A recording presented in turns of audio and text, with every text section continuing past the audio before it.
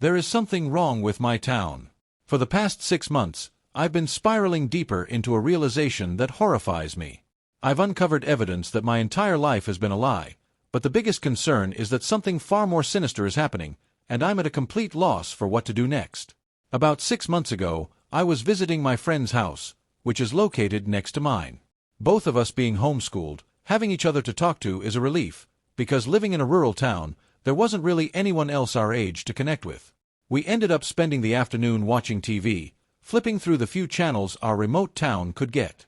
Since his parents were away, we could do anything we wanted. Suddenly, my friend suggested that he would go downstairs to the kitchen to grab some snacks. I was relieved, since I really needed to use the bathroom but was too shy to ask. As a quiet, homeschooled kid, I always hesitated to ask for anything, even from those I considered close friends. We both got up from my friend's bed and walked toward the hallway, where we ended up splitting up. He was heading towards the kitchen, and I was going to the bathroom. After finishing up, I stepped out and, on my way back to the bedroom, I noticed something strange. The door at the end of the hallway was half open.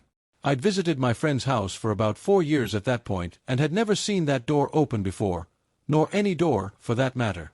My teenage curiosity piqued, and so did I.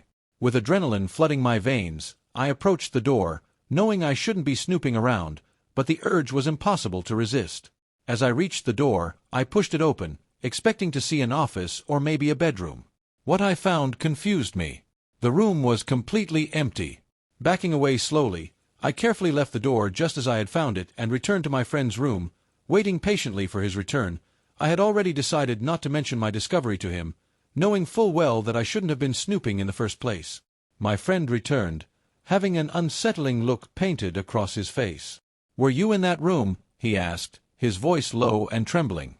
"I wasn't," I replied, trying to shake off the sense of dread creeping in. He sat next to me, his movements awkward and jerky, like reality had fractured. There was something unnatural about the way he carried himself, as if he were a puppet.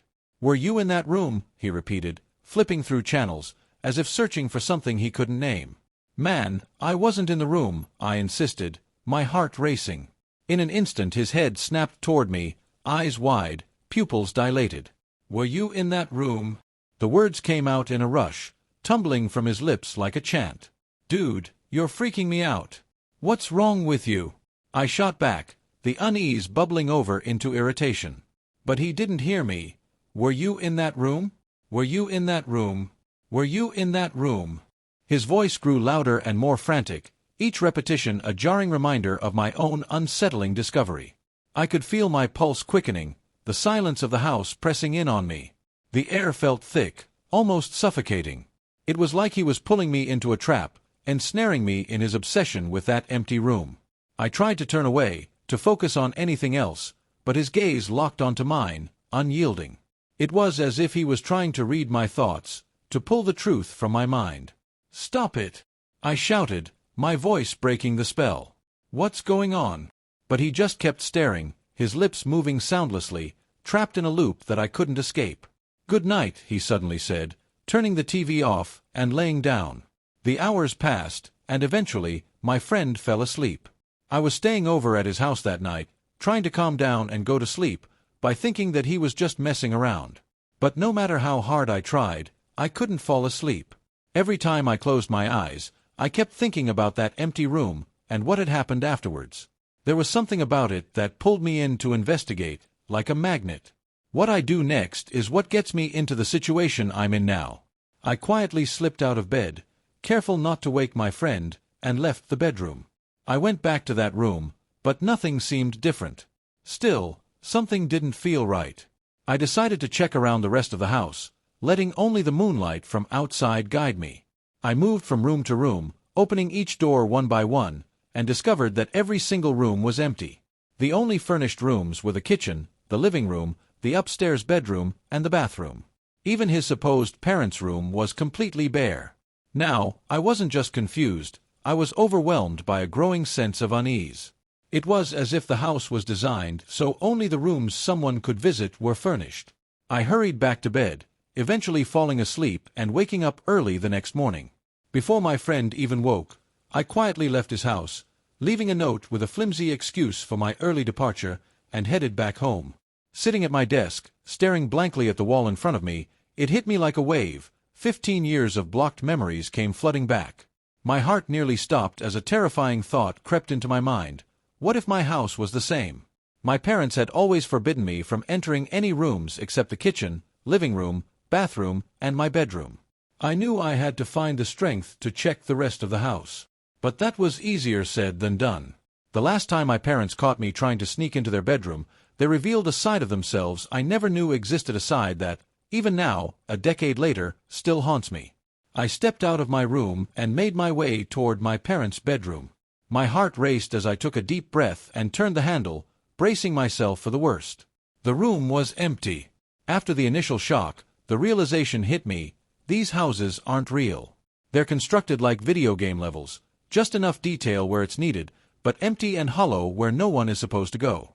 I stumbled backwards, falling to the floor, and crawled back to my bedroom and shutting the door, staying there the entire day, trying to process what I had just uncovered. As night fell, I decided to try one last thing, hoping the issue was confined to my friend's house and mine. I quietly climbed out of my window, but as I dropped to the ground, I sliced my leg in the process. Ignoring the pain, I moved toward a neighbor's house. Unlike that night at my friend's place, the moonlight was hidden behind thick clouds, making it difficult for me to see. I snuck into the backyard and crept toward a window. Peeking inside, I couldn't see anything. It was pitch black, but then a violent crack of thunder lit up the sky, giving me just enough light to glimpse the Woods family. All 5 of them, including their 6-month-old baby, were standing there, in the dark, completely motionless. No TV, no lights, nothing. Just standing, frozen in place. You can image yourself being in a pitch-black room, doing nothing, not even breathing. That's what I saw in those brief seconds, before the darkness swallowed them up again. Gathering myself, I moved closer to the glass, desperate for another look. Just then, another crack of thunder split the sky, and in that flash of light, I saw Carol Wood's rotten blue, smiling face, pressed up against the glass, staring directly at me. My lungs expelled all remaining air from them. As I started to run towards my house, the skies cracked open and bled water. I opened the door, climbed up the stairs. While my damaged leg was generating an excruciating pain, I skipped past my room and ran straight for the attic, where I'm currently writing this from. It all makes sense now: why my town isn't on any maps, why I'm homeschooled, why we never visit other people, why we never go into public buildings, and why I'm locked out of half my own house. None of these things exist. But why? Am I even real? As I'm writing this, bleeding out, I know it won't be long before I'm found, either by my bloody trail or the open front door behind me. I'm hoping you're real, because I'm all alone and freezing. And for the love of God, I hope by the time I'm found by whatever these creature actors are, I'll be dead. As I look around, the attic is empty. I'm freezing.